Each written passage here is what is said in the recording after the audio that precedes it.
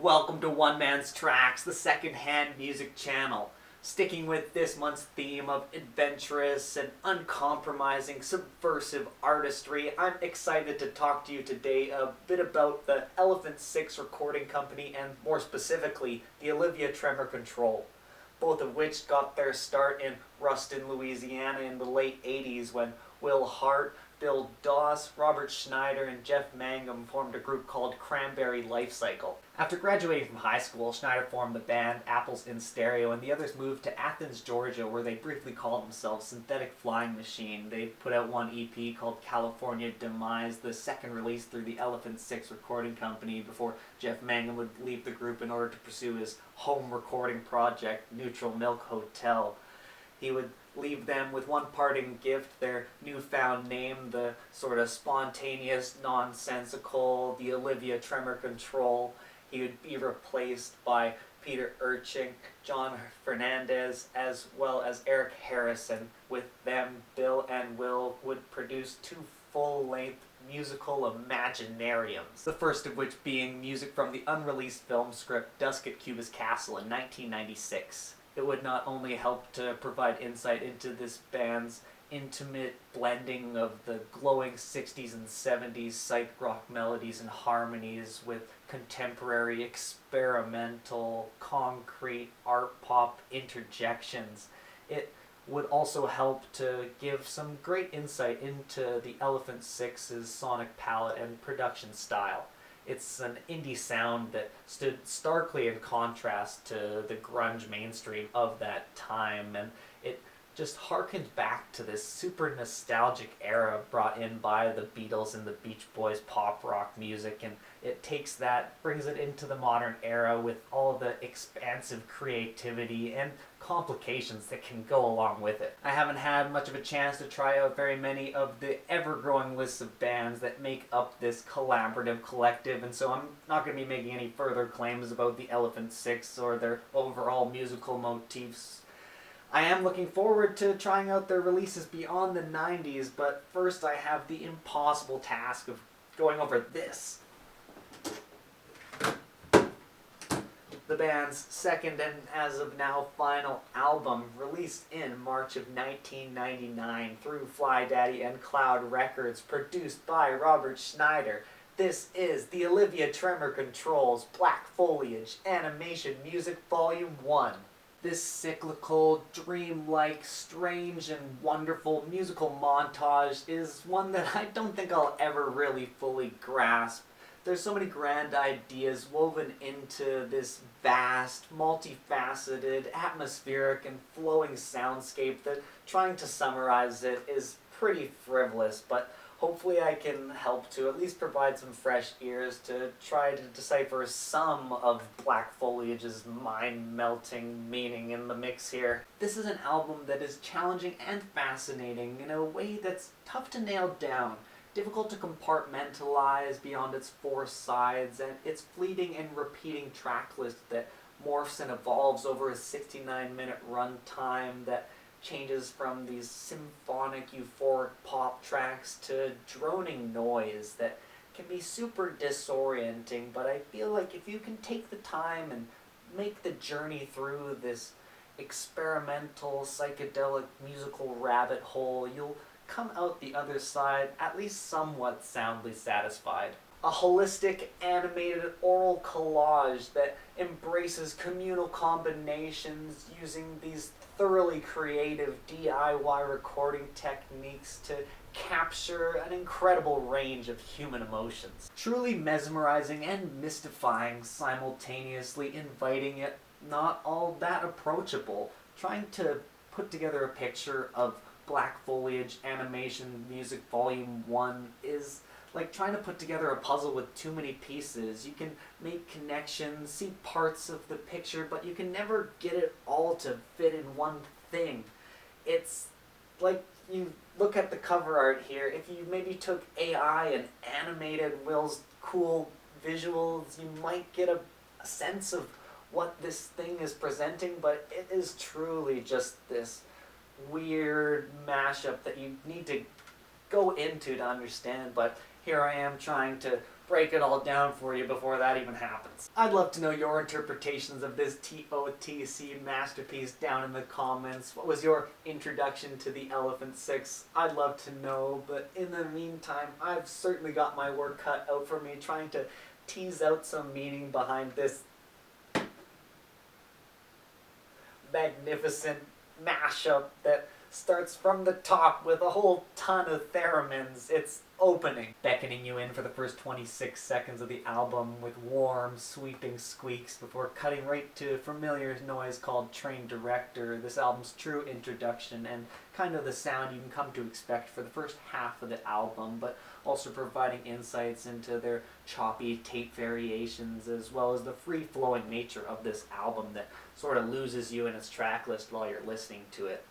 It introduces their glorious throwback harmonies, their non-traditional instrumentals, as well as non-traditional song structures, as well as introducing the overall motif that this album repeats and hits on again and again with dreams. The line, "In the blink of an eye you get several meanings," really highlights that well, I think. Immediately immersive. If you've got yourself a decent pair, this is headphones heaven. So much added character is picked up on by their tape recording process and processing. It's part of what makes this such a confounding and fascinating listen. One thing that turns it into this more amorphous 70-minute singular song is the repeated instances of tracks called combinations and animations. These act as guides or interludes building off of and from each other and other pieces of other parts of the track list using the familiar bass line that comes up again and again from the title track, creating this deep sense of continuity as well as having this familiar yet fleeting feeling of deja vu throughout. Ranging from 4 seconds to just over 3 minutes, these 4 combinations and 5 Black Foliage animations are the veins that fuel the surrounding tracks as well as the guiding light towards the overwhelming core of this album. We don't have to worry about that yet because we're still just at this album's celebratory lead single, Hideaway. The first 2 sides are really just full of these glimmering harmonic psych rock cuts that just take me away for the first 30 minutes. Hideaway has a bit of a complex arrangement with multi-layered guitars and horns and pianos and more, but it's never suffocating and always allows for the vocals to be at the forefront of the mix and just carry this track right through, cutting away at the perfect time, highlighting the harmonics. It's just a top track that honestly, last year you could have told me this was a Beach Boys song and I would have totally believed you. It highlights just the timeless nature of this album and the way they recorded it. The first animation and second combination tease playfully at what's to come, then the 4-second "the sky is a harpsichord canvas" takes almost longer to say than it does to hear before a sleepy company comes back and sees return to that building, harmonic, catchy, melodic hooks and fun effects. Some glitchy skipping that goes along here that once more teases at this LP's inevitable collapse and some more great dreamy lines.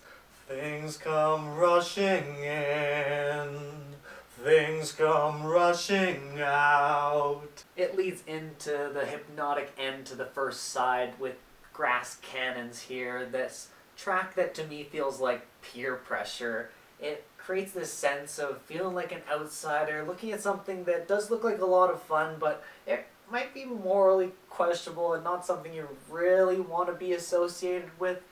This song's catchy in a sort of uneasy way. Onto the most approachable side, side 2 starts off with the incredibly uplifting A New Day, with more excellent harmonies, upbeat tempos. It's just a joyous second beginning.